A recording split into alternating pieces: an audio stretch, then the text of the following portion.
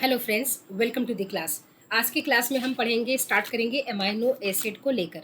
क्योंकि अब तक हमने इस एमाइनो एसिड यानी बायोमोलिक्यूल्स में हमने सब कुछ डिस्कस किया था कि बायोमोलिक्यूल्स क्या होते हैं, मेटाबोलाइट्स क्या होते हैं, primary metabolites, secondary metabolites, bio micro elements, bio macro elements, सब कुछ हमने डिस्कस किया है। आज के सेशन में अब हम स्टार्ट कर रहे हैं एमाइनो एसिड, क्योंकि एमाइनो एसिड के बाद हमारी वीडियो आएगी प्रोटीन को लेकर। प्रोटीन के बाद हम डिस्कस करेंगे एंजाइम्स। तो इस तरह से सीक्वेंस में हम फॉलो करते हुए पढ़ेंगे। ठीक है, आज जो हम पढ़ेंगे वो हम करेंगे एमाइनो एसिड को लेकर। तो एमाइनो एसिड से रिलेटेड जितने भी पॉइंट्स आपके एनसीईआरटी में है एंड जो हमारे एग्जाम्स में आती हैं, हमारा टारगेट उसी को लेकर रहेगा। ठीक है, तो एसिड, सबसे पहले एमाइनो एसिड को अगर एनसीईआरटी कहती है कि हमें कहाँ मिलेगा, तो ये हमें मिलेंगे एसिड पूल के अंदर, यानी कि एसिड सॉल्युबल पूल के अंदर। मॉलिक्यूलर वेट क्या है इनका, लेस देन 800 डाल्टन है, इसीलिए तो हमें सॉल्युबल एसिड पूल के अंदर मिलेंगे। ऑप्टिकली एक्टिव होते हैं। अब ऑप्टिकली एक्टिव का मतलब क्या है, जैसे कि मान लीजिए ये आपने एक एमाइनो एसिड लिखा है COH NH2 and R group, तो ये एक एमाइनो एसिड हो गया। तो अगर आप इस कार्बन के चारों वैलेंसी को देखें तो चारों अलग अलग हैं। ये H है ना, ये NH2 है, ये COH है, ये R ग्रुप है। अगर चारों अलग अलग हो, ठीक है, तो ऐसे को हम बोलते हैं ऑप्टिकली एक्टिव। ये ऑप्टिकली एक्टिव है। और अगर ऑप्टिकली एक्टिव होगा तो ये लेवो रोटेटरी भी होगा। एक होता है डेक्स्ट्रो रोटेटरी, ये आपने केमिस्ट्री में पढ़ा होगा। ऑप्टिकली एक्टिव है तो ये लेवो रोटेटरी होगा, इतना आपको याद रखना है। उसके बाद ये, इसको एनसीईआरटी कहती है अल्फा एमाइनो एसिड। और ये क्या होते हैं, ये सब्स्टिट्यूटेड मिथेन होते हैं। अब इनको सब्स्टिट्यूटेड मिथेन क्यों बोलती है एनसीईआरटी, वो देखिए। अगर आप एक मिथेन को लिखते हैं, मिथेन कैसा होता है, अगर आप एक मिथेन को देखें तो यही है मिथेन, यानी कि CH H H। अब आपने क्या किया, इन चारों H को थोड़ा रीअरेंज कर दिया, यानी इसको एज इट इज छोड़ दिया, इसको आपने COH से रिप्लेस कर दिया, इसको आपने NH2 से रिप्लेस कर दिया और इसकी जगह आपने R डाल दी। तो आपने क्या किया, मिथेन को सब्स्टिट्यूट बना दिया, यानी कि मिथेन का ही सब्स्टिट्यूटेड फॉर्म बना दिया, कुछ और आ गए H की जगह पर। इसलिए एनसीईआरटी कहती है कि ये जो एमाइनो एसिड होते हैं ये सब्स्टिट्यूटेड मिथेन होते हैं, और ये इंपॉर्टेंट है, यहाँ से क्वेश्चंस फ्रेम होते हैं।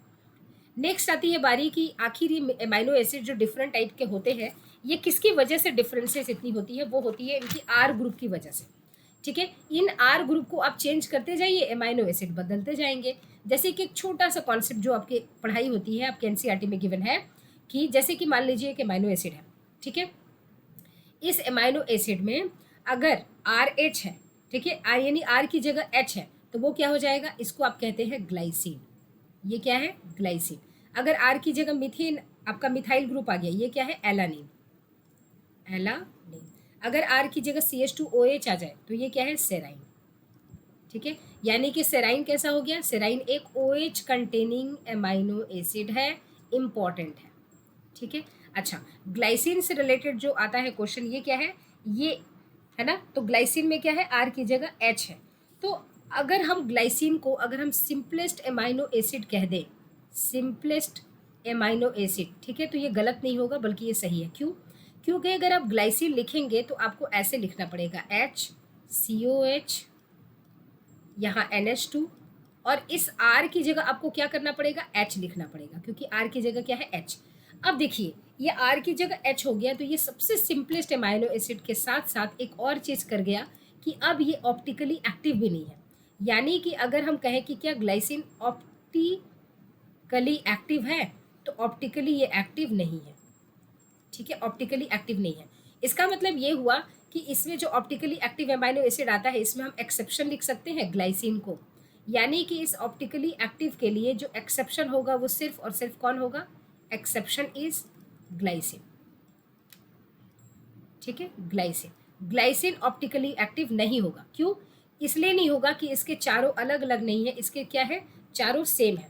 ठीक है, अब देखिए यहाँ पर अगर आपने देखा तो ग्लाइसिन में क्या है, ये भी हाइड्रोजन है और ये भी हाइड्रोजन है, इसलिए ऑप्टिकली एक्टिव नहीं होगा। और ये सिंपलेस्ट एमाइनो एसिड आता है, बहुत इंपॉर्टेंट एग्जाम्पल पूछा जाता है। ठीक है, अच्छा, अब बात करते हैं कि आखिर एक एमाइनो एसिड और दूसरे एमाइनो एसिड के बीच में बॉन्ड कैसे बनता है।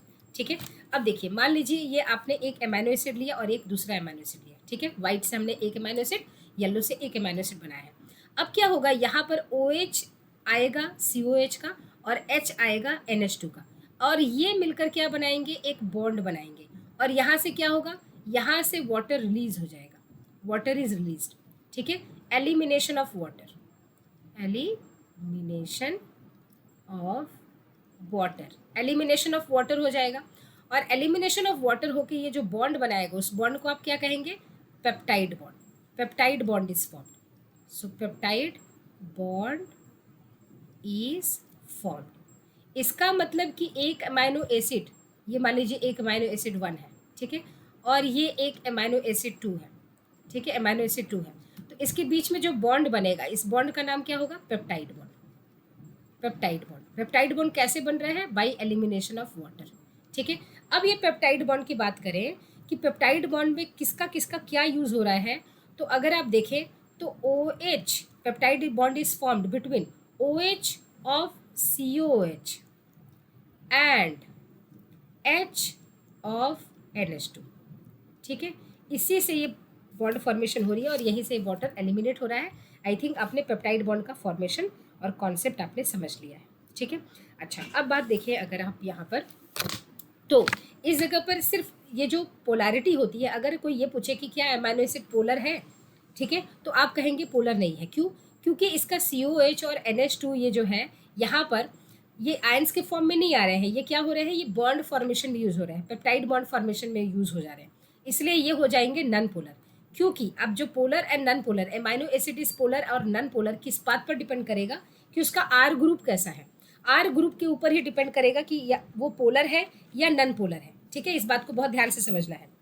तो पोलर के लिए क्या करना पड़ेगा, अगर यहाँ पर आर की जगह, ठीक है, यहाँ पर क्या आ जाए, CH3 आ जाए, मिथाइल ग्रुप आ जाए, आर की जगह क्या आ जाए, ठीक है, CH, यहाँ पर पोलर की बात कर रहे हैं, पोलर में क्या हो जाएगा, आर की जगह कोई ग्रुप आ जाए, है ना, यहाँ पर मैंने थोड़ा सा वो कर दिया, जैसे कि मान लीजिए यहाँ पर क्या हो जाए, आर की जगह क्या आ जाए, CH2OH आ जाए, है ना, तब ये क्या हो जाएगा, पोलर हो जाएगा। बहुत बढ़िया, 1 सेकेंड, ठीक है। अब देखिए,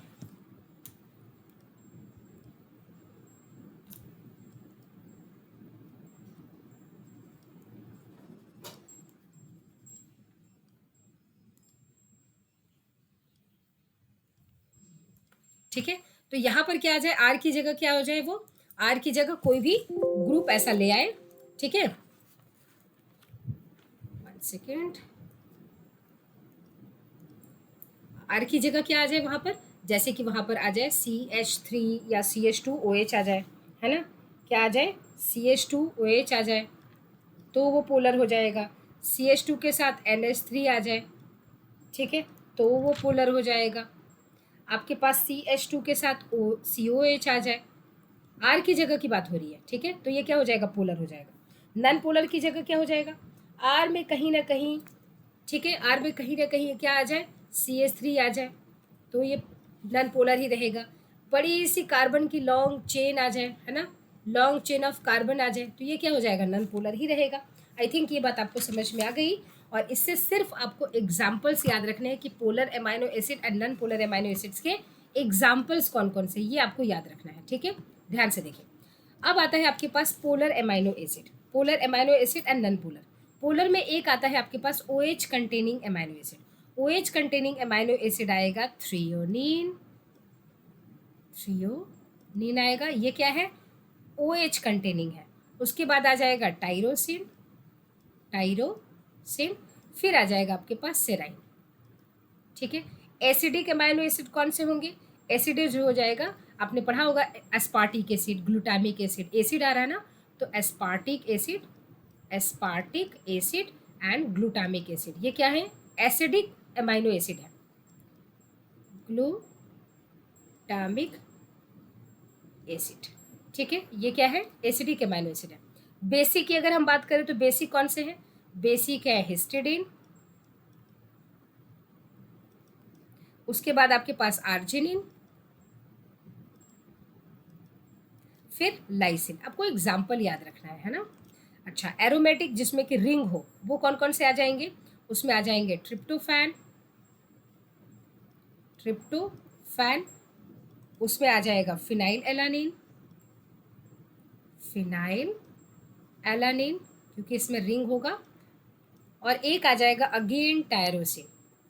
तो आप कहेंगे मैम आपने टायरोसिन तो ऊपर लिखा है OH कंटेनिंग में। बिल्कुल लिखा है। रीज़न इसके पीछे ये है कि जो टायरोसिन है इसके पास क्या होगा, टायरोसिन में क्या होगा, टायरोसिन में आपके पास रिंग भी है और इसके पास क्या है, OH भी है। तो इसलिए दोनों के एग्जाम्पल के अंदर आ जाएगा। ठीक है।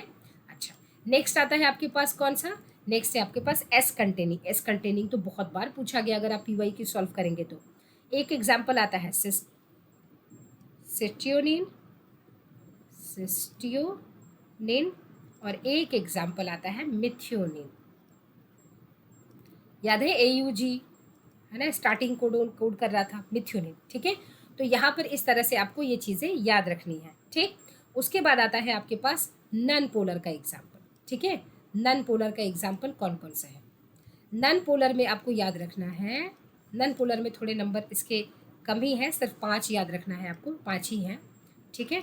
Non polar amino acid, non polar amino acid, non polar में आपको याद रखना है एक वेलाइन।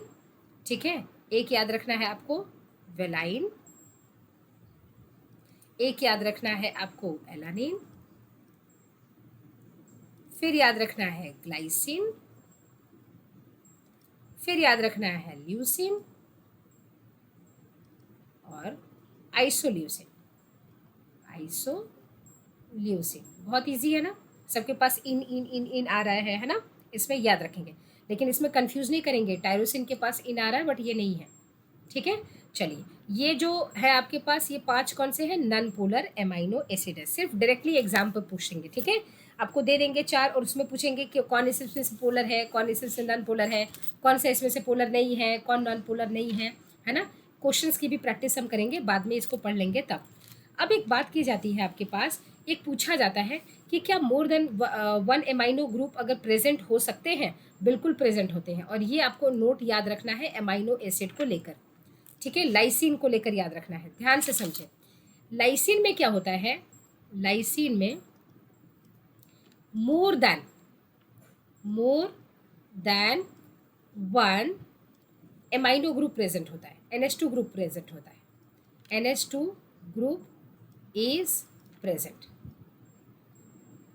ठीक है। ये चीज़ आपको याद रखनी है। ठीक है।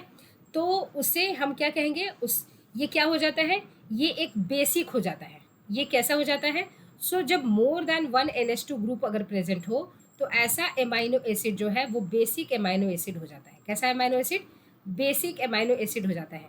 तो अगर कोई पूछे कि क्या सिर्फ लाइसिन इसका एग्जाम्पल होगा बेसिक एमाइनो एसिड में, नहीं, बेसिक में आपके पास लाइसिन भी होगा तो इसके पास आर्जिनिन भी होगा, आर्जिनिन भी होगा। ठीक है। और इसके पास हिस्टिडीन भी होगा, याद है आपको, हिस्टिडीन भी होगा। अभी आपने पढ़ा था ना बेसिक में, बेसिक के देखिए आपने एग्जाम्पल्स कौन कौन से पढ़े थे बेसिक में, है ना, हिस्टिडीन आर्जिनिन लाइसिन पढ़ा था। तो इसमें ऐसा बेसिक क्यों हो गया, क्योंकि इसके पास क्या है, मोर देन 1 NH2 ग्रुप है यहाँ पर। ठीक है। अच्छा, उसके बाद एक चीज़ आपको पढ़नी है। ये चीज़ क्या है कि होता क्या है, NCERT में समझाया है बट पैराग्राफ में बताया है कि जैसे कि मान लीजिए एक आपके पास, यहाँ पर मैं बताती हूँ, जैसे मान लीजिए ये आपके पास एक एमाइनो एसिड है। ठीक है। ये R हो गया, ये आपके पास COH है और ये आपके पास NH2 है। ठीक है। और यहाँ पर क्या है, यहाँ पर आपके पास CH2R की जगह CH2 एंड COOH ग्रुप है। ध्यान से समझेंगे। यानी कि, और इसका नाम क्या है आपको पता है, इसका नाम है एस्पार्टिक एसिड। ये जो एमाइनो एसिड आप पढ़ रहे हैं ना, ये एमाइनो एसिड, इसका नाम है एस्पार्टिक एसिड, एस्पार्टिक एसिड। ठीक है। एस्पार्टिक एसिड में क्या है, एक्स्ट्रा COH है। अब ये जो इसके पास COH है, ये कैसा है, ये है एक्स्ट्रा, एक्स्ट्रा COH है। ठीक है। एक्स्ट्रा COH है। अगर यहाँ पर हम NH2 से रिएक्शन करवा दें, किससे करवा दें, NH2 से रिएक्शन करवा दें, तो ये NH2 क्या करेगा, यहाँ जाएगा और इस जगह पर, है ना, अगर ये यहाँ पर NH2 से रिएक्शन करवा दिया जाए तो अब ये रिजल्टेंट प्रोडक्ट जो बनेगा वो क्या कहला जाएगा, एमाइड बन जाएगा। क्या बन जाएगा, एमाइड।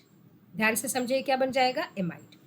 इसका मतलब ये हुआ कि एस्पार्टिक एसिड, है ना, एस्पार्टिक एसिड, एसिड का एमाइड कौन है? एस्पार्टिक एसिड का एमाइड है आर्जिनिन।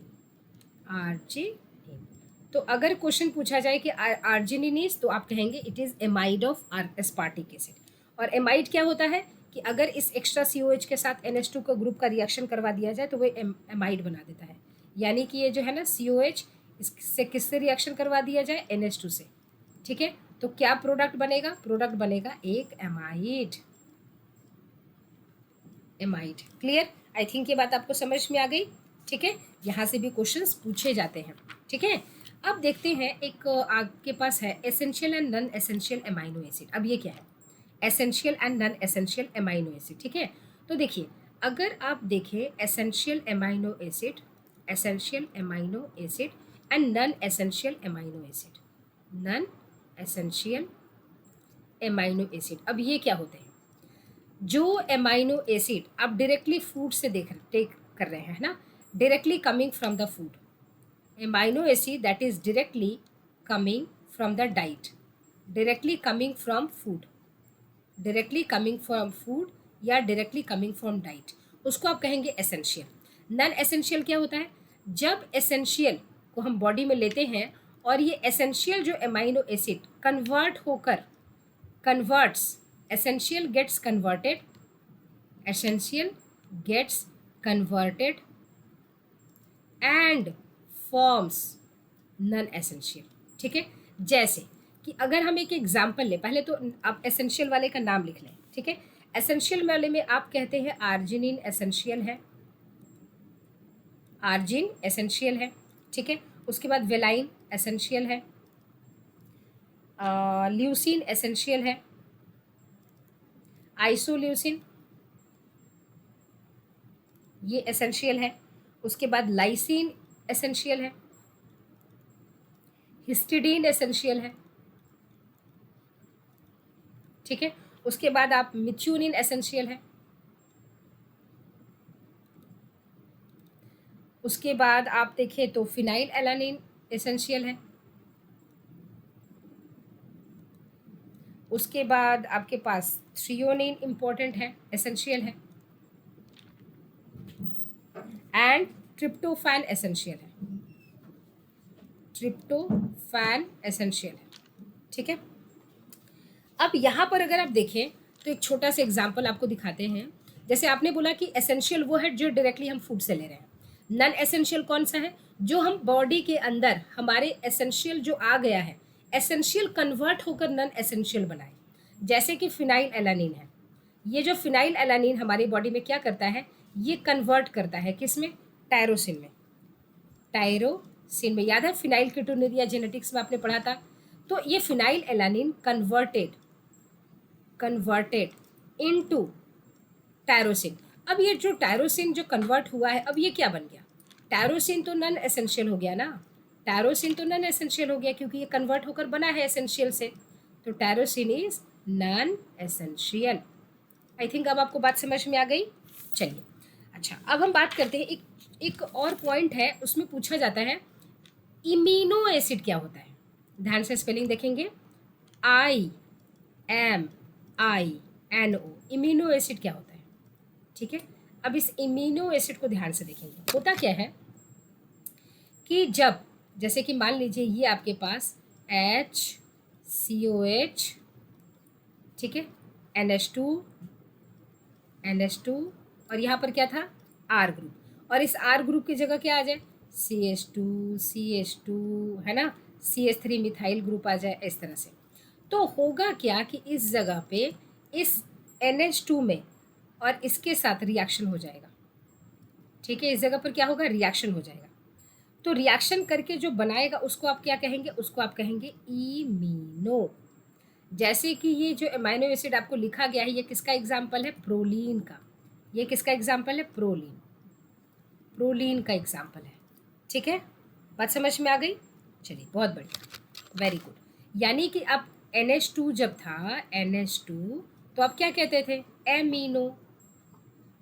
लेकिन अब NH आ गया तो अब क्या कहेंगे? इमीनो। याद है आपने जब मीथेन, मिथाइल ये सब पढ़ते थे, अब क्या कहते थे? जब CH4 होता था जब CH4 होता था आप कहते थे मीथेन, जब ये बॉन्ड बना के और एक CH3 रख लेता था आप कहते थे मिथाइल, है ना, यही अंतर है ना, जस्ट वैसा ही आपको दिमाग में समझना है, ठीक है। अच्छा, कुछ इंपॉर्टेंट कॉन्सेप्ट आते हैं। अगर आपसे पूछा जाए, मोस्ट इंपॉर्टेंट कॉन्सेप्ट है, अगर आपसे पूछा जाए मोस्ट सिंपलेस्ट एमाइनो एसिड, तो आप किसका नाम देंगे? आप कहेंगे भाई ग्लाइसिन के अलावा तो कोई हो ही नहीं सकता, ग्लाइसिन है ना, ग्लाइसिन है। बढ़िया, स्पेलिंग थोड़ी सी ये हो गई, एक सेकेंड रुक जाएंगे।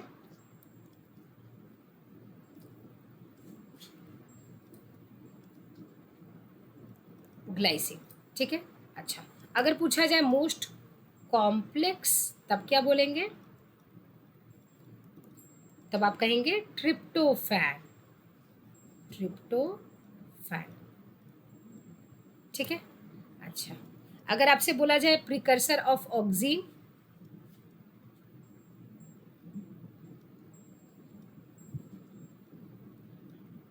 तो आप कहेंगे ट्रिप्टोफैन। याद है, आपने पढ़ा था प्लांट ग्रोथ एंड रेगुलेटर में, ठीक है। अच्छा, प्रिकर्सर ऑफ T3 T4 अगर पूछा जाए तब आप किसको बोलेंगे? टायरोसिन, ठीक है। अब 2 बार ये देखेंगे ना, आपको सारी चीज़ें बिल्कुल दिमाग में याद हो जाएंगी, है ना। आप स्लाइड तक याद कर लेंगे कि अच्छा ये था। एक लास्ट कॉन्सेप्ट पढ़ना होता है हमारे इसमें अमीनो एसिड में, और वो है ज्विटर आयन। ये ज्विटर आयन जितना लगता है डिफ़िकल्ट है, ये उतना ही इजी है। बहुत इम्पॉर्टेंट एंड बहुत इजी कॉन्सेप्ट है। ये देखिए, मान लीजिए कि आपके पास एक अमीनो एसिड है, ठीक है, COH NH2, यहाँ पर है आपके पास R ग्रुप, ठीक। अब आपने क्या किया, इस अमीनो एसिड को रख दिया किसी एसिड में, डुबा के एसिड में डाल के रख दिया। अब भाई होगा क्या? एसिड का नेचर क्या होता है? एसिड क्या करेगा? एसिड H+ रिलीज करेगा, विल रिलीज H+। अब ये H+ क्या करेगा? इस NH2 के पास जाएगा, NH2 को किस में कन्वर्ट कर देगा? ये NH3 में कन्वर्ट कर देगा, NH3+ में। यानी कि जब आप एसिड में रख रहे हैं तो ये पूरा का पूरा ये किस में कन्वर्ट कर रहा है? इसके ऊपर चार्ज कौन सा आ रहा है? पॉजिटिव। क्यों आ रहा है? कॉन्सेप्ट आपके पास है। नेक्स्ट कॉन्सेप्ट, सेम आपने क्या किया कि इस तरह से ये जो C है इसको COH, उसके बाद है आपके पास H, NH2 और ये है R। अब आपने इसको किस में रखा? अब आपने इस सेम को किस सेटअप में रखा है? अब आपने रखा है बेस में। किस में रखा है? बेस में, बेस में रखा है। अब क्या होगा? अब होगा कहानी में ट्विस्ट कि ये जो बेस होता है ये क्या करता है? ये H+ को एक्सेप्ट करेगा, ये एक्सेप्ट कर लेगा, एक्सेप्ट कर लेगा और यहाँ पर क्या चार्ज बढ़ा देगा? यहाँ पर बन जाएगा COO-, COO-। इसका मतलब बेस में रखने के बाद क्या हो जा रहा है? बेस में रखने के बाद इस पर नेगेटिव चार्ज आ रहा है, नेगेटिव चार्ज। एसिड में रख रहे हैं पॉजिटिव चार्ज, बेस में रख रहे हैं नेगेटिव चार्ज। क्या कोई ऐसा पीएच है जिस पर हम रखें और इस पर पॉजिटिव नेगेटिव दोनों आ जाए? यानी कि अगर हम ऐसा रखते पीएच जिस पर कि क्या हो जाए, यहाँ पर H है, यहाँ पर COO- भी बन जाए और यहाँ पर क्या हो जाए, NH3+ भी आ जाए और यहाँ पर आ जाए R, तो ये जो आपके पास बनेगा इसको आप कहेंगे ज्विटर आयन। क्योंकि ये क्या बन गया, यहाँ पर नेगेटिव चार्ज भी है, यहाँ पर पॉजिटिव चार्ज भी है, तो इसको आप कहेंगे ज्विटर आयन, ज्विटर आयन। अब ज्विटर आयन को ही हम क्या कहते हैं? एम्फोटेरिक आयन या एम्फीटेरिक आयन, ठीक है। इसको क्या कहते हैं आप? एम्फीटेरिक या एम्फोटेरिक आयन, ठीक है। एम्फीटेरिक, एम्फोटेरिक दोनों बात सेम है। बुक में एम्फोटेरिक है, हम एम्फोटेरिक बोलेंगे, एम्फोटेरिक आयन, ठीक है। अच्छा, तो ये कहाँ हुआ, कब हुआ? एट पर्टिकुलर पीएच हुआ। तो यहाँ पर नोट करने वाली बात है कि ना हमने एसिड दिया ना हमने बेस दिया, बल्कि एक खास ऐसा पीएच दे दिया जिस पर इस पर नेगेटिव एंड पॉजिटिव दोनों चार्ज आ गए। तो क्या बन गया? ये ज्विटर आयन बन गया और एम्फोटेरिक आयन बन गया। तो इसको हम कहेंगे पीएच एट विच ठीक है। pH at which zwitterion is formed, जिस पर ज्विटर आयन बन जाए, zwitterion is formed, is called as isoelectronic या isoelectric pH, isoelectric ही कहेंगे, आइसो इलेक्ट्रिक pH, या इसी को आप कहते हैं PI, आइसो इलेक्ट्रिक pH। तो आई थिंक अब बात समझ में आ गई। यानी कि अब क्या हो गया, अब यहाँ पर नेट चार्ज यहाँ पर क्या हो गया, 0, यानी कि पॉजिटिव और नेगेटिव दोनों आ गए हैं इस पर। इतनी बात समझ में, ना ही पॉजिटिव ना ही नेगेटिव, बल्कि पॉजिटिव नेगेटिव दोनों है। क्लियर। तो ये थी आपकी ज्विटर आयन। अब इसके साथ ही कहानी होती है इस एमाइनो एसिड की कंप्लीट। जो नेक्स्ट क्लास आएगी, नेक्स्ट क्लास में हम डिस्कस करेंगे एमाइनो एसिड के बाद प्रोटीन वाले पार्ट को। ठीक है, प्रोटीन वाले पार्ट को, प्रोटीन के पार्ट को। थोड़े बच्चों के एग्जाम्स चल रहे हैं, इसलिए वीडियोस आने में थोड़ा लेट हो रहा है। ठीक है, तो बस अब देखते हैं, नेक्स्ट मिलते हैं आपसे प्रोटीन वाले पार्ट में। आज हमने डिस्कस किया है एमाइनो एसिड। होप सो आपको चीज़ें समझ में आ रही हैं, और अगर आपके कोई भी क्वेरी हो तो आप कमेंट सेक्शन का यूज़ करें। ठीक है, मिलते हैं आपसे नेक्स्ट सेशन में, तब तक टेक केयर एंड बाय।